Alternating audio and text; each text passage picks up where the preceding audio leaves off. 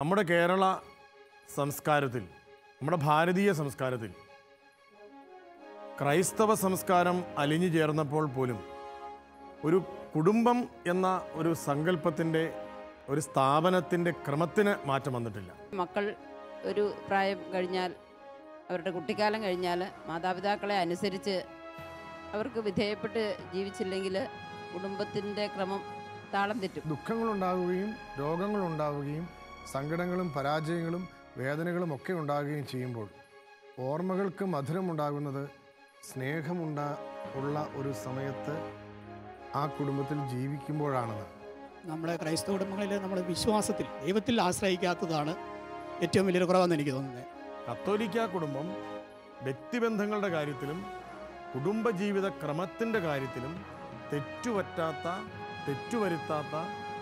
ഉത്കൃഷ്ടമായ മാതൃക നൽകുന്ന ഒരു സാമൂഹിക സംവിധാനമായിരിക്കണം എന്ന് ചാവറേച്ചനായി.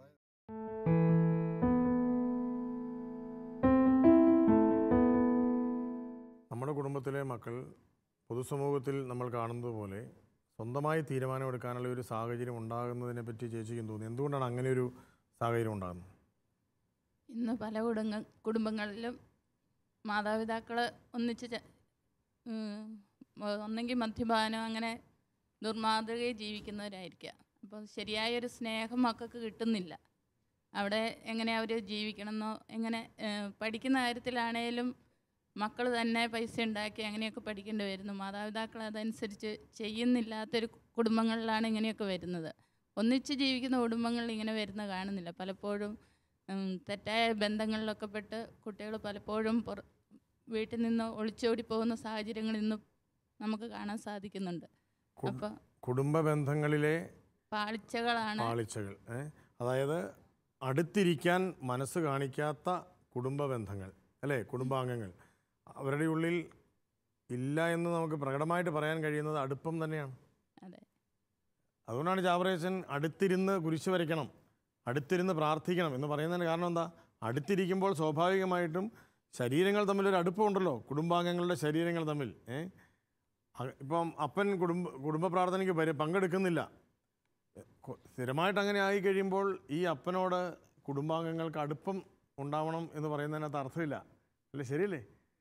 ചേച്ചി എന്ത് പറയുന്നു? ഒരു അഭിപ്രായം പറഞ്ഞു നമ്മുടെ ഇന്നത്തെ കുടുംബ ജീവിത സാഹചര്യങ്ങളെ പറ്റി. കുടുംബത്തിൽ ഒന്നിച്ചിരുന്ന് പ്രാർത്ഥിക്കുകയും ഒന്നിച്ചിരുന്ന് ഭക്ഷണം കഴിക്കുകയും ഒന്നിച്ചിരുന്ന് എല്ലാ കാര്യങ്ങളും സംസാരിക്കുകയും ഏത് കാര്യമുണ്ടെങ്കിലും എല്ലാ കാര്യങ്ങളും സംസാരിക്കുകയും മക്കളുടെ കാര്യത്തിൽ മക്കളോട് പറയണം. എന്ത് കാര്യം ഉണ്ടെങ്കിലും നിങ്ങൾ ഞങ്ങളോട് മാതാപിതാക്കളോട് പറയണം. എന്ത് കാര്യം ഉണ്ടെങ്കിലും ഞങ്ങൾക്കത് നിങ്ങളുടെ കാര്യങ്ങൾ മനസ്സിലാക്കാനായിട്ടുള്ള ഒരു കഴിവുണ്ട്, അത് ഞങ്ങൾ പരിഹരിച്ചു തരും എന്ന് പറഞ്ഞ് മക്കളെ ആശ്വസിപ്പിക്കുകയാണെങ്കിൽ ഒരു മക്കളും പോവുകയില്ല. വളരെ അനുഭവത്തിൽ നിന്നുമാണ് അമ്മ ഇത് പറഞ്ഞത്, അല്ലേ? അതെ, വളരെ സന്തോഷം. ഈ ഒരു കാര്യം പറയുമ്പം നമ്മൾ മനസ്സിലാക്കേണ്ടത്, ഒട്ടേറെ കുടുംബങ്ങളിൽ മക്കൾ ഇന്ന് മാതാപിതാക്കളെ ആശ്രയിക്കുവാൻ തയ്യാറാകുന്നില്ല. കാരണം അപ്പനും അമ്മയും ഒരുമിച്ച് നിന്നുകൊണ്ടുള്ള ഒരു ശക്തി അവർക്ക് ഇന്ന് പലർക്കും അനുഭവപ്പെടുന്നില്ല. അപ്പനും അമ്മയും പ്രായമേറും തോറും, നമ്മുടെയൊക്കെ കുടുംബങ്ങൾ അങ്ങനെ ആയിരിക്കണം എന്നില്ല, പ്രായമേറും തോറും അപ്പനും അമ്മയും തമ്മിലുള്ള അഭിപ്രായ വ്യത്യാസം കൂടിക്കൂടി വരുന്നു. ഇപ്പോൾ ഈ അടുത്ത നാളിലൊക്കെ കാണുന്നൊരു വളരെ പ്രത്യേകമായൊരു സംഗതി, മക്കളൊക്കെ കല്യാണം കഴിച്ചു കഴിഞ്ഞു, കൊച്ചുമക്കളുമായി, അപ്പനും അമ്മയും വല്യപ്പനും വല്യമ്മയായി, എന്നിട്ടും അവർക്ക് തമ്മിൽ അഭിപ്രായം ഐക്യമല്ല, അകലം കൂടിക്കൂടി വരികയാണ്. രണ്ടുപേരും ഒന്നിച്ച് പള്ളി വരുന്നത് ഞാൻ കാണാറുണ്ട്. രണ്ടുപേരും ഒന്നിച്ച് പള്ളി വരും, തിരിച്ചും പോകും, ഒരു വണ്ടിക്ക് വരും, ഒന്നിച്ച് പോകും, ആൾക്കാരുടെ മുമ്പിൽ കുഴപ്പമില്ല. പക്ഷേ എന്താണ് സംഭവം? രണ്ടുപേരും തമ്മിൽ മാനസികമായി യാതൊരു ഐക്യവുമില്ല. രണ്ട് മുറിയിൽ രണ്ടുപേരും തനിച്ച് താമസിക്കുന്നു, സെർവൻ്റ് ഭക്ഷണം ഉണ്ടാക്കുന്നു, മക്കൾ വരുമ്പോൾ ഒന്നിച്ചു വരുന്നു, അല്ലാത്തപ്പോൾ രണ്ടായി. എന്തുകൊണ്ട് ഇങ്ങനെ ഒരു മാനസിക അകൽച്ചയുണ്ടാകുന്നു? അത് മക്കൾക്ക് മനസ്സിലാക്കാൻ പറ്റും. കൊച്ചുമക്കളെയും കൊണ്ട് അപ്പൻ്റെ അമ്മയുടെ അടുത്ത് വരുമ്പം അപ്പനും അമ്മയും പരസ്പരം സംസാരിക്കുന്നില്ല എന്നുള്ളിടത്ത് ഞങ്ങളെങ്ങനെ മക്കളെയും കൊണ്ട് ഞങ്ങളുടെ വല്യപ്പൻ്റെയും വല്യമ്മയുടെയും അടുത്ത് വരും അച്ഛ എന്ന് ചോദിച്ചിട്ടുള്ള അടുത്തിടെ ചോദിച്ച കുടുംബാംഗങ്ങളെ എനിക്കറിയാം. അതുകൊണ്ട് മാതാപിതാക്കൾ വളരെ വ്യക്തമായി മനസ്സിലാക്കേണ്ട ഒരു കാര്യമുണ്ട്. മക്കളുടെ ജീവിതത്തിലെ ദൈവാനുഗ്രഹത്തിൻ്റെ വാതിൽ എന്ന് പറയുന്നത് ഈ അപ്പൻ്റെയും അമ്മയുടെയും അല്ലെങ്കിൽ വല്യപ്പൻ്റെയും വല്യമ്മയുടെയും ജീവിതത്തിൻ്റെ ചേർച്ചയും അവരുടെ സ്വകാര്യ ജീവിതത്തിൻ്റെ വിശുദ്ധിയുമാണ്.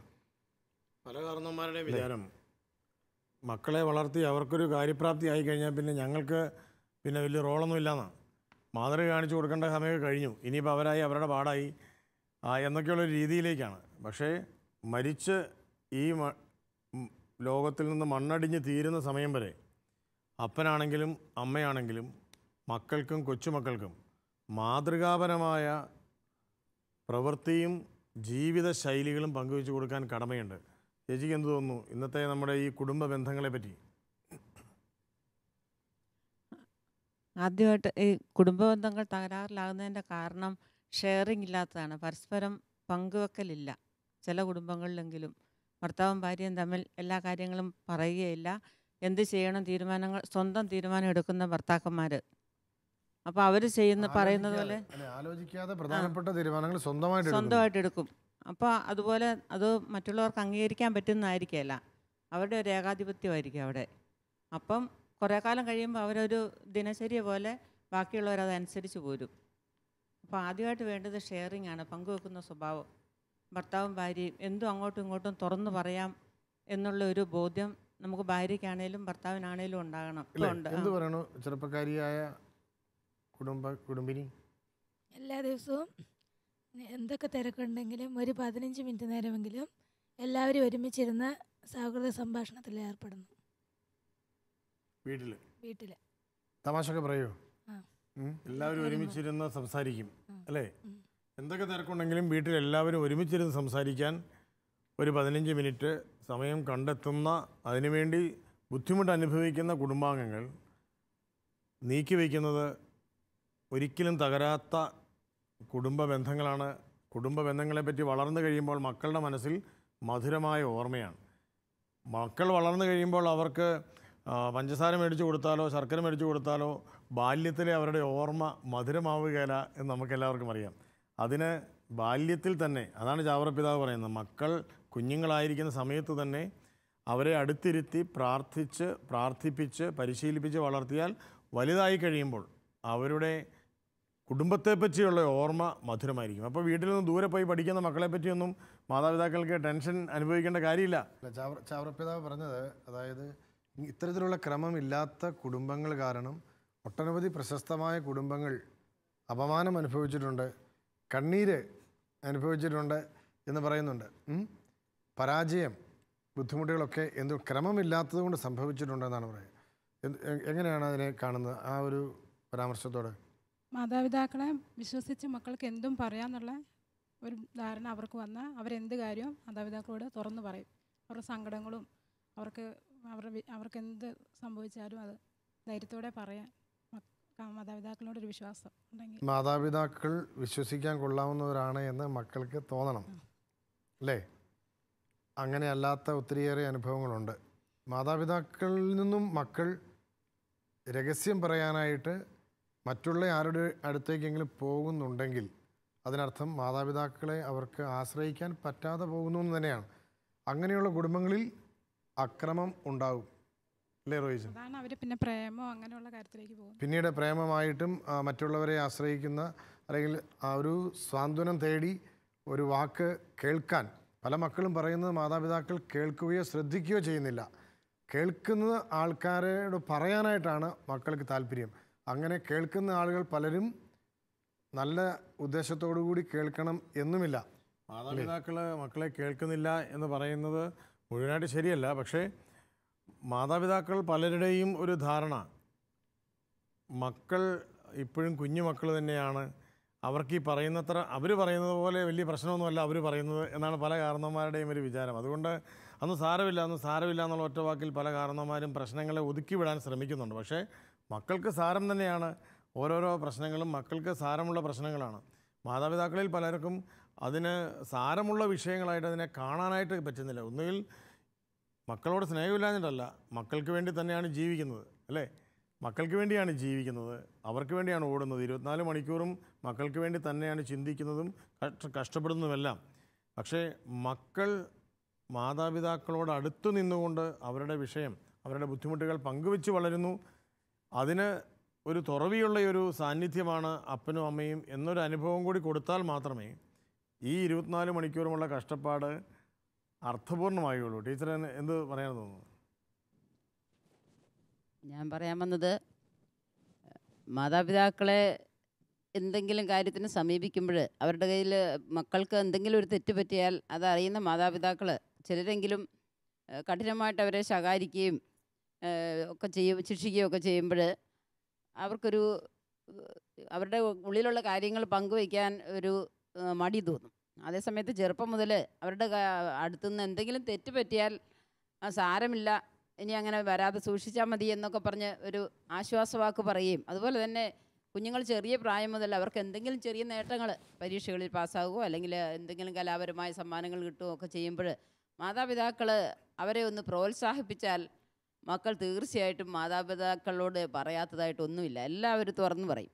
ഇപ്പം മക്കൾ ചെയ്യുന്ന തെറ്റുകൾ വലിയ കാര്യമാക്കാതെ സാരമില്ല ഇനി ആവർത്തിക്കരുതെന്ന് പറഞ്ഞാൽ അവരെ ഒന്ന് ആശ്വസിപ്പിക്കുകയും അവരുടെ നല്ല കാര്യങ്ങൾ പ്രോത്സാഹനം കൊടുക്കുകയും ചെയ്താൽ തീർച്ചയായിട്ടും മക്കൾ മാതാപിതാക്കളെ അല്ലാതെ മറ്റാരെയും അവരുടെ കാര്യങ്ങൾ പങ്കുവയ്ക്കാൻ തേടി പോവുകയില്ലെന്നാണ് എനിക്ക് തോന്നുന്നത്. ടീച്ചർ പറഞ്ഞ ഒരു കാര്യം ഒന്ന് ശ്രദ്ധിക്കുന്ന നല്ലതാണ്. നമ്മൾ മക്കൾ അവർക്കൊരു ചെറിയ കല്ലുമനസ്സിൽ അല്ലെങ്കിൽ ഒരു ചെറിയ കടലാസ് കഷ്ണം സമ്മാനം കിട്ടിയാലും അവരെ സംബന്ധിച്ചിടത്തോളം അവരാ സമ്മാനം മേടിക്കുന്ന സമൂഹത്തിൽ മറ്റുള്ളവരെക്കാൾ കൂടുതൽ അംഗീകരിക്കപ്പെട്ട ഒരു നിമിഷത്തിൻ്റെ ആഹ്ലാദവുമായിട്ടാണ് വീട്ടിലേക്ക് ഓടി വരുന്നത്. വീട്ടിൽ വരുമ്പോൾ ഇതെന്തോന്ന് സമ്മാനം, ഇത് വലിയ സമ്മാനമാണോ എന്ന് തിരിച്ചൊരു ചോദ്യം ചോദിച്ചു കഴിയുമ്പോഴേക്കും അതുവരെ കൊണ്ടുവന്ന ആ ഒരു ആഹ്ലാദം നഷ്ടപ്പെട്ട് എനിക്കൊരു സന്തോഷം തരുന്ന ഈ ഒരു അനുഭവം ഇവിടെ കിട്ടുകയില്ല എന്നൊരു ചിന്തയിലേക്ക് വരും. നമ്മുടെ വീടുകളിലെ അവസ്ഥ എന്താണ്?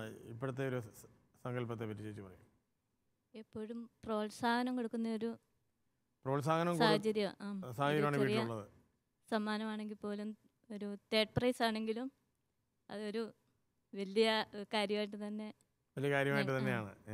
ഞങ്ങളുടെ ചെറുപ്പത്തിലൊക്കെ ഓർക്കുന്നുണ്ട്, ഇടവകപ്പള്ളിയിൽ നിന്ന് ആ പ്രസംഗത്തിനും പാട്ടിനുമൊക്കെ സമ്മാനം കിട്ടുമ്പോൾ അത് ആ ചെറിയ ഗ്ലാസ്സോ കപ്പോ ഒക്കെ ആയിരിക്കും അന്നത്തെ സമ്മാനങ്ങൾ. വല്ലപ്പോഴും. അപ്പോൾ അത് പിന്നെ അതുകൊണ്ട് ഇങ്ങനെ വരുന്ന വഴി കൂടെ എല്ലാം കാണിച്ചുകൊണ്ടാണ് വരുന്നത്. ഞങ്ങൾക്ക് ഇങ്ങനെ സമ്മാനം കിട്ടിയെന്നുള്ളത് നാട്ടുകാരെ എല്ലാം കാണിച്ചുകൊണ്ടാണ് വരുന്നത്. പക്ഷേ വീട്ടിൽ വരുമ്പോൾ അത് പിന്നെ എടുത്ത് സൂക്ഷിച്ച് വയ്ക്കുക, ഒരിക്കലും ഉപയോഗിക്കാതിരിക്കുക. മറ്റുള്ളവർ ഒക്കെ വരുമ്പോൾ, കുടുംബാംഗങ്ങളൊക്കെ ബന്ധുക്കളൊക്കെ വരുമ്പം ഇങ്ങനെ എടുത്ത് കാണിക്കുക, സമ്മാനം കിട്ടി, ഇന്ന സമയത്ത് പ്രസംഗത്തിന് കിട്ടിയതാണ്, അല്ലെ പാട്ടിന് കിട്ടിയതാണ്, ഓട്ടത്തിന് കിട്ടിയതാണെന്നൊക്കെ പറഞ്ഞ് ഇങ്ങനെ ബാക്കിയുള്ളവരെ കാണിക്കുക. അങ്ങനെയുള്ള ഒരു അനുഭവം അത് കുഞ്ഞുങ്ങളെ ഒത്തിരി വളർത്തും. ചെറിയ ചെറിയ സമ്മാനങ്ങൾ, അംഗീകാരങ്ങളാണ് കുഞ്ഞുങ്ങൾക്ക് ഇഷ്ടം സൃഷ്ടിക്കുന്നത് ഹൃദയത്തിൽ. അത് നമ്മുടെ മക്കളിൽ പലർക്കും അവരുടെ വ്യക്തിത്വത്തെ അംഗീകരിക്കുന്ന ഒരനുഭവം വീട്ടിലില്ലാതെ വരുമ്പോഴാണ് ഇപ്പോൾ ടീച്ചർ പറഞ്ഞ പോലെ, അല്ലെങ്കിൽ നമ്മളിവിടെ ചർച്ച ചെയ്തതുപോലെ പുറത്തേക്ക് ഒരു ഇഷ്ടം തേടി പോകാനുള്ള ഒരു സാഹചര്യം ഉണ്ടാകുന്നത്. ചേച്ചിക്ക് എന്ത് തോന്നുന്നു? എൻ്റെ ചെറുപ്പത്തിൽ എനിക്ക് ഒരുപാട് സമ്മാനങ്ങൾ കിട്ടിയിട്ടുണ്ട് സ്പോർട്സിനൊക്കെ ആയിട്ട്. പക്ഷേ അന്നത്തെ കാലത്ത് ഈ അംഗീകാരം എന്ന് പറയുന്നതും അതൊന്നും ഇല്ല. നമ്മളിത് കൊണ്ട് ചെന്നു ആരും അംഗീകരിക്കുന്നില്ല എന്നില്ല. പക്ഷേ ഇപ്പോൾ ഒക്കെ ആണെങ്കിൽ പിള്ളേർക്ക് കിട്ടിയ അന്നത്തെ സാഹചര്യം. എനിക്കോ അല്ലെങ്കിൽ എൻ്റെ വീട്ടിൽ 8 പേരുണ്ട്. 8 പേരും സമ്മാനം കൊണ്ട് വരുമ്പോൾ 8 പേരും വരുന്നില്ല, ഞാൻ മാത്രമേ കൊണ്ടുവന്നിട്ടുള്ളൂ. കാരണം ഞാൻ സ്പോർട്സിൽ NCCയിലൊക്കെ ഇതായിട്ട് പ്രവർത്തിച്ചതാണ്. അപ്പോൾ ഞാൻ ഈ ട്രോഫിയൊക്കെ കൊണ്ടുവന്നിട്ടുണ്ട്. പക്ഷെ ആർക്കും ഒരു മൈൻഡില്ല. അറിയില്ല. ഉണ്ട്. അതുകൊണ്ട് പിള്ളേർക്ക് ഭയങ്കര സന്തോഷമായിരുന്നു. ഇപ്പം 4 മക്കള്, 3 പെണ്ണും. അതെ, അവർക്കൊക്കെ കമ്പടി കിട്ടിയിട്ടുണ്ട്.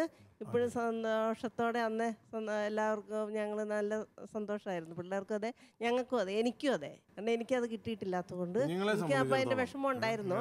പക്ഷെ ഇപ്പം പിള്ളേർക്ക് ഒമ്പടി സമ്മാനങ്ങളൊക്കെ കിട്ടുമ്പോഴല്ലേ അപ്പം എനിക്ക് സന്തോഷമുണ്ട്. അന്ന് എനിക്ക് കിട്ടിയതിൻ്റെത് കൊണ്ട് ഇപ്പം പിള്ളേർക്ക് കിട്ടുമ്പോൾ എനിക്ക് കൂടുതൽ സന്തോഷമുണ്ട്. ഇപ്പോഴും അതെ, പിള്ളേർക്ക് എപ്പോൾ സമ്മാനം കിട്ടിയാലും ഞാൻ നല്ലോണം പ്രോത്സാഹിപ്പിക്കുകയും ചെയ്യും. ചെറുതും വലുതുമായിട്ടുള്ള ആഹ്ലാദങ്ങൾ നമ്മൾ കുടുംബത്തിൽ ഒരുമിച്ച് പങ്കിടാനായിട്ടുള്ള അവസരം, കുഞ്ഞുങ്ങൾക്ക് വരുന്ന സന്തോഷം, മാതാപിതാക്കൾക്ക് ലഭിക്കുന്ന സന്തോഷം, എല്ലാം ഒരു കുടുംബത്തിൽ ഒരുമിച്ച് അല്ലേ മൊത്തം സന്തോഷമാണ് ഓരോരുത്തർക്കും തോന്നണം. അതാണ് ഇപ്പം ഞാൻ പിന്നെ നടത്തുന്ന ദീപികയുടെ ആഭിമുഖ്യത്തിൽ നടത്തുന്ന ഒരു സ്കോളർഷിപ്പ് പരീക്ഷയ്ക്ക് ഞങ്ങളുടെ ദീപികയുടെ ചീഫ് എഡിറ്ററായിരുന്ന അലക്സാണ്ടർ പൈകയുടെ അച്ഛൻ്റെ ഒരു കസിൻ്റെ വീട്ടിൽ ഒരിക്കൽ പോയി. അപ്പം LKG തൊടുപുഴ വിമല സെൻട്രൽ സ്കൂളിൽ പഠിക്കുന്ന ഒരു കൊച്ച്. അപ്പോൾ ആ കൊച്ചിൻ്റെ അമ്മ എന്നോട് പറയുകയാണ്, ഇനി അച്ഛൻ്റെ സ്കോളർഷിപ്പ് പരീക്ഷ എൻ്റെ കൊച്ചിനെ ഞാൻ എഴുതിപ്പിക്കുകയില്ല. അപ്പോൾ ഞാൻ ചീഫ് എഡിറ്ററുടെ കൂടെ നിൽക്കുകയാണ്, എനിക്ക് ആ ക്ഷീണമായി. ഞാൻ ചോദിച്ചത് എന്താണ് ചേച്ചി അങ്ങനെ പറഞ്ഞ്? 15 ദിവസമായി അവന് LKG സ്കോളർഷിപ്പ് കിട്ടിയിട്ട് അച്ഛൻ സ്കൂളിൽ കൊടുത്ത മെഡല് സിസ്റ്റർ കഴുത്തിൽ അണിയിച്ചിരിക്കുന്നതാണ്. 15 ദിവസമായി.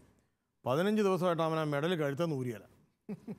അവൻ കുളിക്കാൻ പോകുമ്പോഴും പള്ളിയിൽ പോകുമ്പോഴും ഭക്ഷണം കഴിക്കുമ്പോഴെല്ലാം ദീപികയുടെ മെഡൽ ഇങ്ങനെ പിടിച്ചുകൊണ്ടിരിക്കുകയാണ് എന്ന് പറഞ്ഞു. ഞാൻ പറഞ്ഞു അത് സന്തോഷമുള്ള കാര്യമല്ലേ. അപ്പോൾ ചേച്ചി പറഞ്ഞു സന്തോഷം കൊണ്ട് പറഞ്ഞതാണ്, കൊച്ചിന് വലിയ സന്തോഷമായിപ്പോയി എന്ന് പറഞ്ഞതാണ്.